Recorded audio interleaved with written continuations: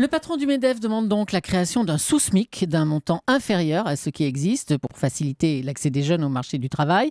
Alors, faut-il aller plus loin? Faut-il supprimer le SMIC? C'est la question qui fâche de 7h15 sur Et Europe pour 1. y répondre, je reçois Laurent Bigorgne. Bonjour. Bonjour. Vous êtes le directeur de l'Institut Montaigne, institut aux idées plutôt libérales. Alors pardon, mais là, pourquoi pas aussi demander aux jeunes d'être bénévoles? On n'est pas en train de se tromper de débat en disant qu'il faut réduire et baisser le SMIC. Thomas, pour l'instant, on leur demande surtout d'être chômeurs et de se taire. Ouais.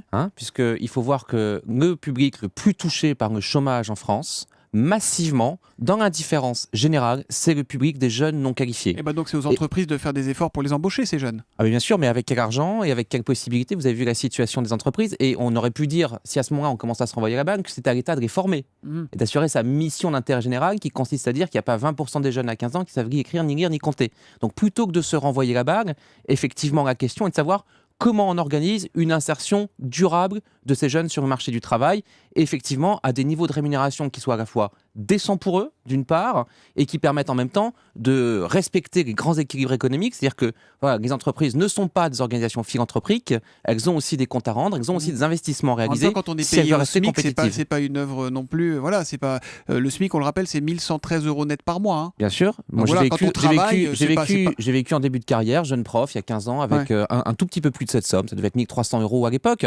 Mais vous savez ce que sont les minima sociaux. Vous savez par ailleurs qu'on est le pays où les jeunes de moins de 25 ans ne bénéficient pas du RSA. Donc il y a un moment où, évidemment, on peut aller sur des débats qui sont des tabous. Il y a un moment où, moi, je suis surpris de voir que la proposition dont on parle ce matin, qui n'est pas formalisée d'ailleurs, elle ne vient pas de Pierre Gattaz, elle ne vient pas du président du MEDEF, elle est venue d'économistes de gauche, qui ont écrit un bouquin, dont Philippe Aghion, Gilbert Sett, Elie Cohen, etc. Elle est venue de Pascal Lamy, et il y a un consensus d'économistes, et particulièrement à gauche aujourd'hui, pour dire attention, le coût du travail, s'il est trop cher, s'il est fixé administrativement, s'il est trop dynamique, particulièrement pour les non qualifiés, et au niveau du salaire minimum, ce coût du travail tue le travail.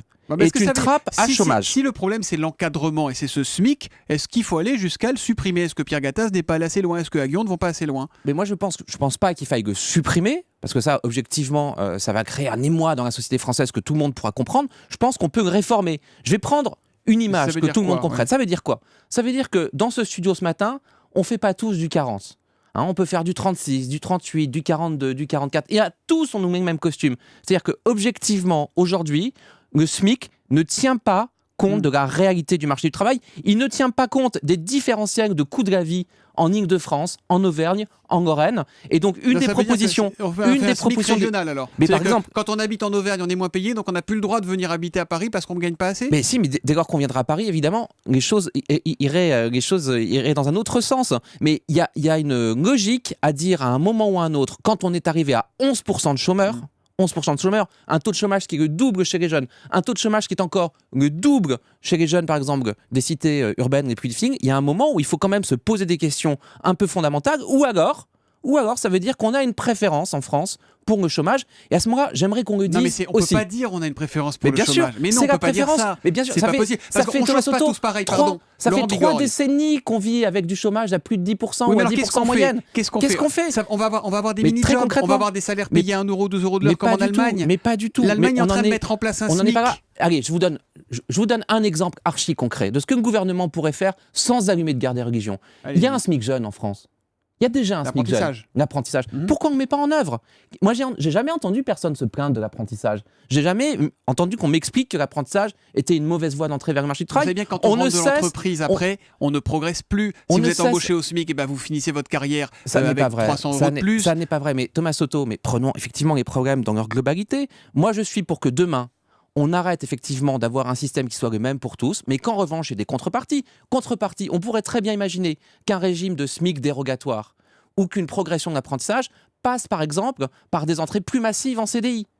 On pourrait le faire, ça. On pourrait décider de le faire. On pourrait aussi. Le problème, c'est qu'on demande toujours des efforts aux salariés et qu'on dit oui en échange. C'est un peu comme le pacte de responsabilité. On attend toujours que les entreprises s'engagent. Quand je vous dis que demain, il faudrait une conditionner à des entrées en CDI, je crois que j'ai été très clair. Deuxième élément qu'on pourrait tout à fait envisager, c'est effectivement pousser l'apprentissage, faire le maximum pour pousser l'apprentissage, mais pousser aussi la formation professionnelle. La réforme qui vient de se passer ne suffira pas. Or, tout l'enjeu dont on parle là, sur la montée en qualification, sur la montée en salaire, c'est une question de formation professionnelle. Donc la question qu'on pose ce matin du SMIC, elle est intéressante.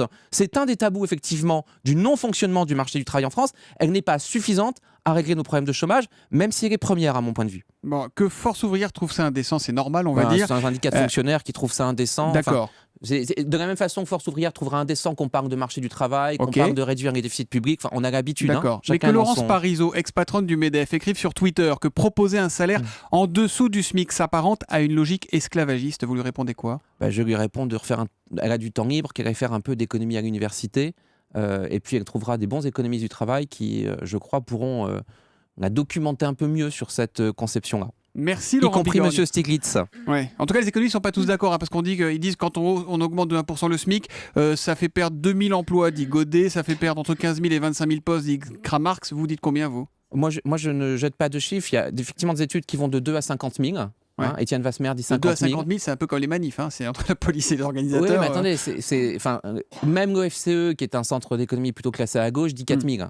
Donc il faut voir, en tout cas ça nous fait détruire de l'emploi, ça c'est sûr. En tout cas le débat mérite d'être posé. Merci d'être venu en parler avec nous, Laurent Bigorgne, directeur de l'Institut Montaigne. Merci et bonne journée.